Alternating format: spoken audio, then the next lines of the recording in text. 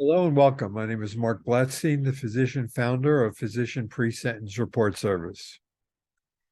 Today, I'm going to be going through the pre-sentence interview and all of the information you need to gather for it. But initially, let's talk about stakeholders. The stakeholders here are going to be those that are going to be responsible for your future and ensuring that you reduce your criminogenic needs, and this will be observed through incremental improvements.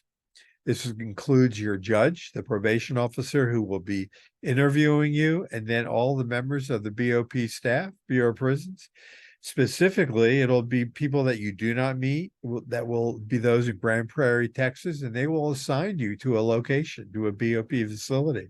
In addition, it will be your case manager and unit team, and they will be responsible for ensuring everything from where you sleep to the job you get, as well as to providing you with the programming that you will take as far as first step back classes that help you in reducing your criminogenic needs.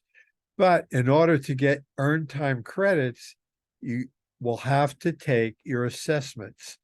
And this is your Spark 13 assessment. As soon as you get into as soon as you surrender or you're remanded to a prison and you find where the computers are located, before you go ahead and email your loved ones, go to the computer, find where the assessment is located, and take it. If you are surrendering to the minimum or low, chances are you're already going to have a low pattern score or minimum pattern score. And so you will qualify, or you should, after your second assessment in 6 months, for 15 earned time credits per month, but nothing is guaranteed really. You should also come prepared for your pre-sentence interview. In addition to providing copies of all of your biographical and personal identification information that your probation officer will need, you should have also written and taken the time to write your personal narrative, which should take every inch of 3 months to write, your reentry plan.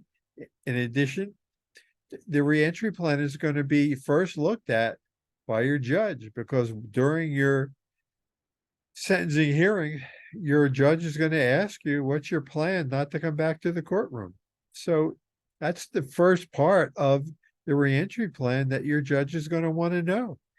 And it's going to also impact your case managers, because they are going to need to see your reentry plan progress while you're in prison, because they need to see your reentry plan in order to make a recommendation for you to get to a halfway house.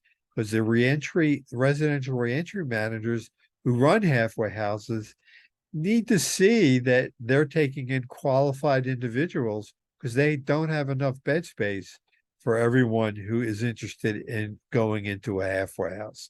And so rather than taking just anyone, they'd rather ensure that they're going to take someone who will succeed in reentering their own community successfully.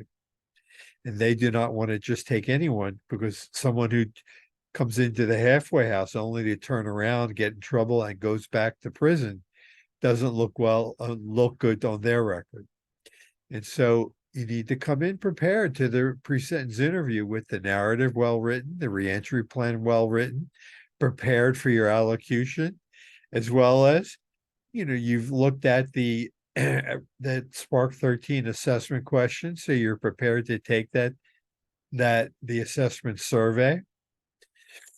And you should also come in understanding what's going to be needed if you have to undertake the administrative remedy process, because your attorney is not going to be in prison for you. So that there's a lot that goes into preparing for a comprehensive preparation for the pre-sentence interview, because that pre-sentence report, once it's done, that probation officer is now going to turn around, and that pre-sentence report is also known as the inmate's Bible. And when they pass that off to the judge, They may also make a recommendation for your BOP placement and also length of sentence.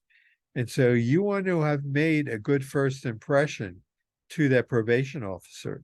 So if you have put all that information in writing, your reentry plan, your narrative, your allocution, answers to the risk assessment survey, all into a document, along with providing copies to all of your biographical information and personal identification information, all of that you've given to your attorney several weeks before your interview and given that to the probation officer, they then have time to input all that information into their probation report. So when it comes time to the interview, they have time to spend personal time with you asking questions. And that can result in a better quality of time interview and possibly passing of information off to the judge that works in your favor. I hope you have found this that you've learned something, or this has been a helpful YouTube for you. I thank you for taking time to listen to this lengthy YouTube, and I wish you a good day. Also, these are serious. This interview is very serious. Don't take it lightly, and please let your request that your attorney and you hold each other accountable. And if you need experts that help work with you through this process, that he listen to you and take on that extra expert advice. Have a good day.